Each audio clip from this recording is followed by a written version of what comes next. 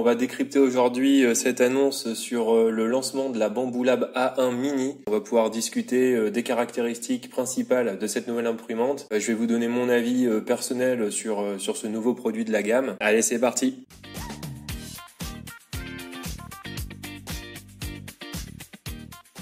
Donc il y a vraiment deux packs de variantes qui sont possibles.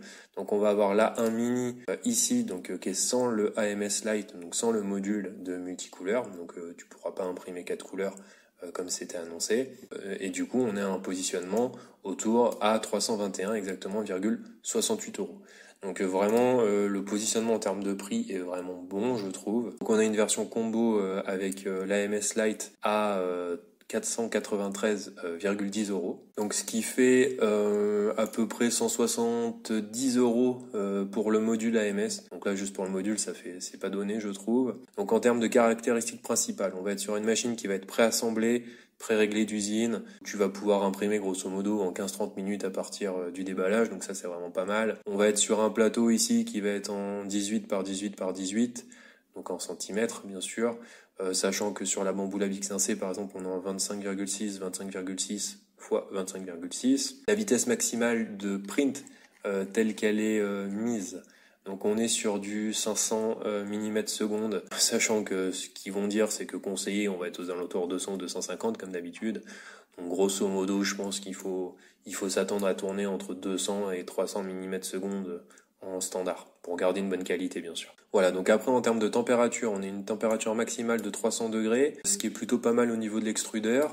Par contre, la température du plateau ici, je vois, est qu'à 80 degrés, donc ça veut dire qu'on pourra pas imprimer d'ABS. Et effectivement, bah oui, ok, c'est marqué là. Donc effectivement, tout ce qui va être filament pris en charge, donc qui est idéal, tout ce qui est PLA, PETG, TPU et PVA, et tout ce qui va être non recommandé, forcément l'ABS, l'azal, PC, polycarbonate, polyamide, etc. Donc ça, on pourra a priori pas l'imprimer, ce qui est pas étonnant puisque il faudrait une température de plateau qui aille au moins à 100 degrés minimum et surtout avec un caisson fermé. C'est vrai que le plateau, c'est dommage honnêtement qu'il soit pas monté à 100 degrés parce que les gens auraient pu faire des caissons sur mesure. Et je sais que sur les petites imprimantes de Prusa, en fait, il y a des caissons qui sont faits avec des tables basses Ikea, donc qui sont assez simples à faire pour pas très cher. Ça aurait pu être vraiment pas mal de se faire une custom de ce type-là. Voilà, mais bon, du coup, il y a un peu moins d'intérêt. Si le plateau chauffe max à 80, ça veut dire que du coup, on aura sûrement un petit peu moins. Donc, ils ont gardé quand même des choses qui sont assez sympas, telles que la caméra pour faire les timelapse, avec une qualité qui est plutôt correcte.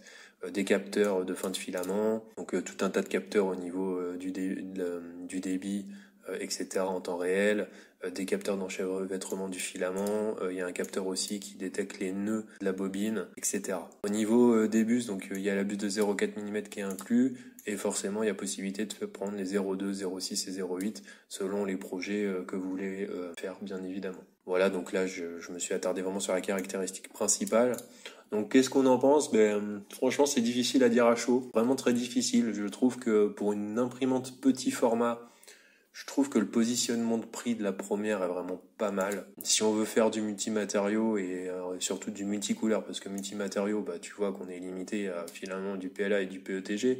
Donc à la limite, tu fais tes supports pour tes impressions en PETG et d'imprimer en PLA par exemple, ou l'inverse. Pour le multicouleur, a priori, du coup il y a ces 4 bobines là. Par contre, je ne suis pas sûr qu'on puisse en ajouter un autre. J'ai l'impression en fait qu'il y ait une module en plus. Ça sera vraiment un seul système, ce qui semble plutôt logique quand on voit la photo où effectivement après tu t'as pas plus de tubes en téflon effectivement en PTFE là pour venir me mettre tes filaments. Donc on sera vraiment limité à 4 couleurs, ce qui est déjà pas si mal. Hein. Honnêtement voilà, franchement ça a l'air vraiment pas mal. J'attends beaucoup de l'avoir tourné pour voir si la qualité des impressions est à la hauteur de ce qu'on avait vu dernièrement. J'attends aussi de voir si les matériaux qui composent cette imprimante sont robustes dans le temps, on va dire. Donc ouais, je suis un petit peu déçu dans le sens où du coup on remet quelque chose à la gamme. Donc c'est vrai que j'aurais plus vu de l'optimisation et de l'amélioration sur la gamme existante avant de faire d'autres modèles, mais c'est que mon avis personnel, hein. Forcément ça fait peut-être pas vendre autant. Voilà, en tout cas je pense pas me l'acheter personnellement. Je trouve qu'on est vraiment trop limité en termes de matériaux. Je pense qu'on va être limité fait surtout pour le multicouleur, moi qui m'intéresse beaucoup, où du coup t'es limité à 4 couleurs, donc si tu mets une bobine de support, tu peux faire plus que 3 couleurs. Pour ce que je veux faire en tout cas, sachant que j'ai déjà une autre imprimante qui est la X1C, effectivement ça me correspond pas. Par contre, je suis complètement conscient du besoin, je pense qu'il y a autour de ça.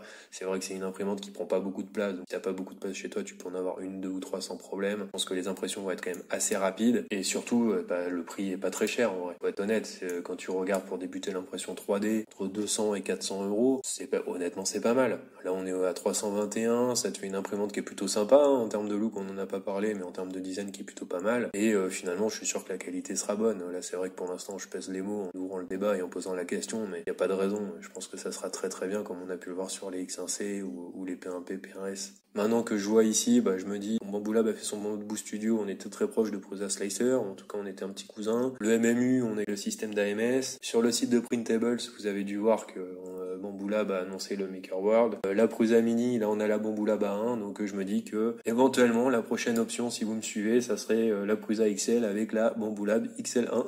Voilà. Donc suite au prochain rendez-vous, on verra ce que nous propose Bambu Lab dans les prochaines semaines, les prochains mois. Et je vous remercie d'avoir suivi la vidéo jusqu'au bout. N'hésitez pas à me dire ce que vous pensez de ce lancement dans les commentaires. Et moi, je vous dis à la prochaine sur la chaîne. Allez, salut!